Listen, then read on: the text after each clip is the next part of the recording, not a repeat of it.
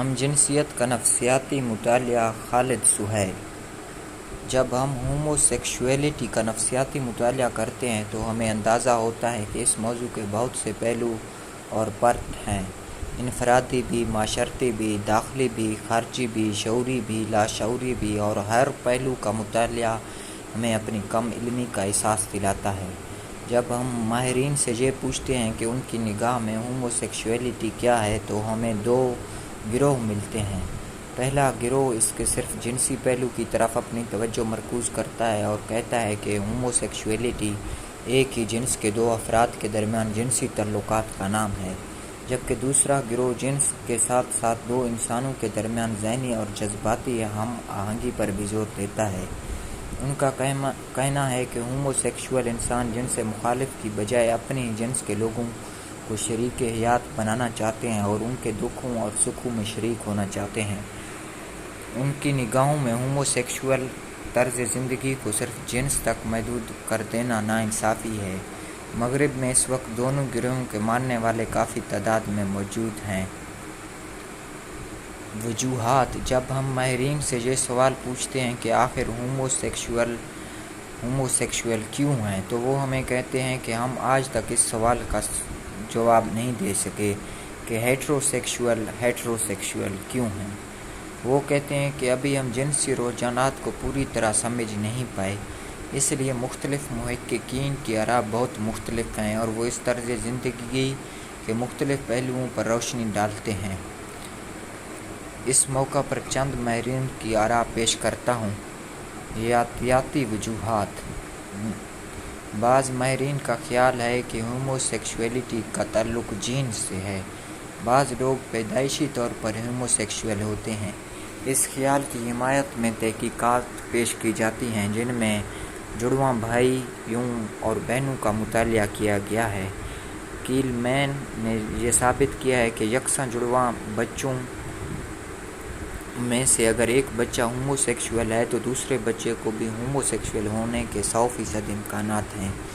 دیگر ماہرین کا خیال ہے کہ وہ تحقیق سائنس کے اعلیٰ معیار پر پوری نہیں اترتی اور دیگر محققین نے ان مشاہدات کو قبول نہیں کیا۔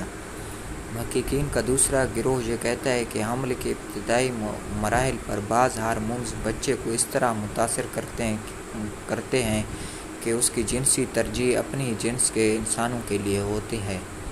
دیگر محققین اس رائے سے اتفاق نہیں کرتے۔ خاندانی وجوہات: بعض محققین نے خاندانی ماحول اور عوامل پر توجہ مرکوز کی ہے۔ ان کا خیال ہے کہ وہ لڑکے جو بڑے ہو کر ہم جنس بنتے ہیں وہ اپنی ماؤں کے بہت قریب ہوتے ہیں اور اپنے باپوں سے بہت دور۔ ان کی جذباتی اور جنسی شناخت باپ کی بجائے ماں سے ہوتی ہے، اس لیے نہ صرف ان کی عادات ماؤں کی طرح ہوتی ہیں بلکہ وہ اپنے ماؤں کی طرح مردوں سے محبت کرتے ہیں اور ان کے ساتھ جنسی تعلقات قائم کرتے ہیں۔ دیگر محققین کا خیال ہے کہ ہومو سیکشویلٹی میں خاندانی عوامل اہم ہو سکتے ہیں لیکن ان پر حد سے زیادہ توجہ مرکوز کرنا دانش مندی نہیں ہے۔ ان کے خیال میں ہومو سیکشویلٹی کا ارتقا بہت پیچیدہ اور گنجلک عمل ہے۔ انہیں یہ بھی اعتراض ہے کہ ایسی تحقیق بہت کم لوگوں کی زندگیوں کے مشاہدات پر منحصر تھی۔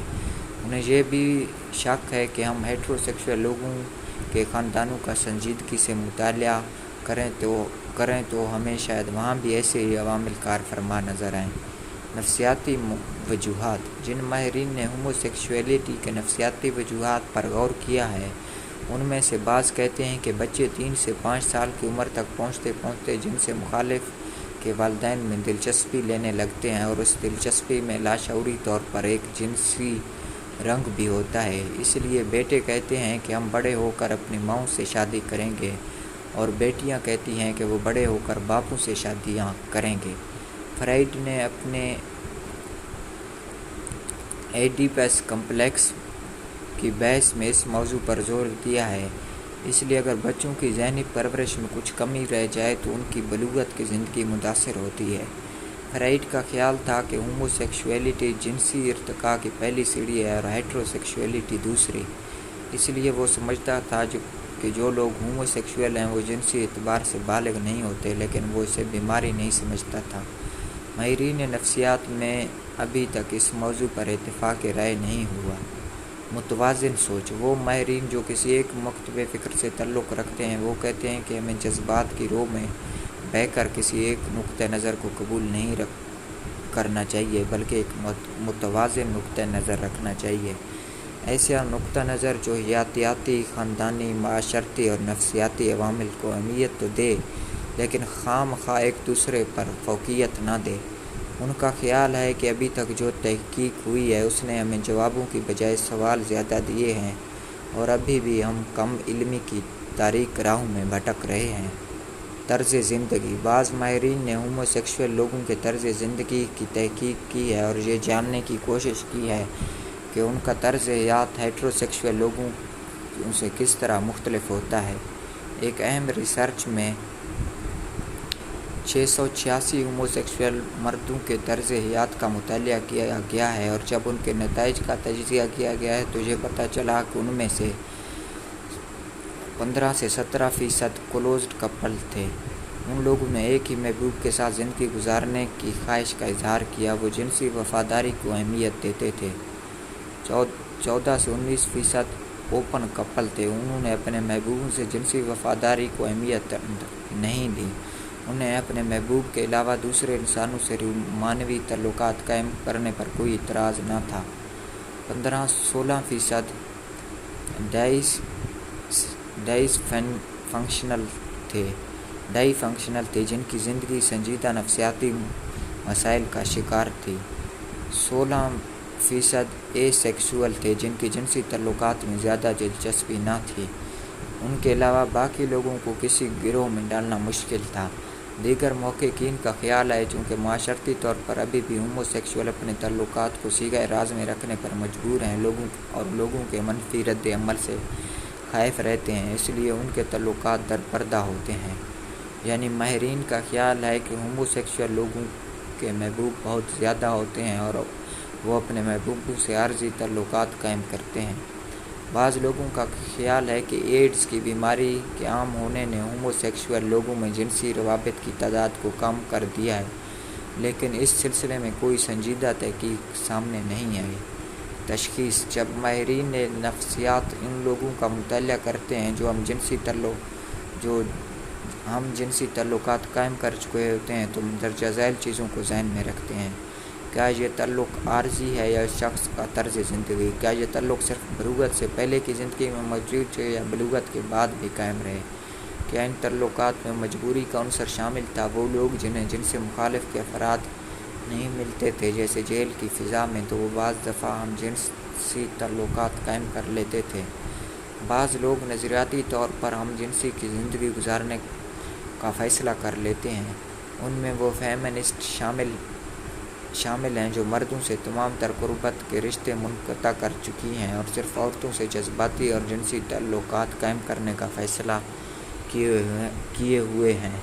بعض لوگ کسی اور ذہنی مرض مثلاً سیزوفرینیا کا شکار ہوتے ہیں اور ہم جنسی تعلقات صرف اسی مرض کا عارضہ ہوتے ہیں۔ بعض ماہرین کا خیال ہے کہ ہومو سیکشولیٹی کی تشخیص میں تصورات کو بھی اتنی اہمیت دینی چاہیے جتنی کہ ہم بیہیویئر کو دیتے ہیں۔ مثال کے طور پر ایک اسکول کے غسل خانے میں دو کمسن لڑکے آپس میں عقبی معاشرت کرتے پکڑے گئے۔ اسکول کے پرنسپل نے انہیں ہم جنسی کے الزام میں سزا دی اور پھر انہیں ماہر نفسیات کے پاس بھیج دیا۔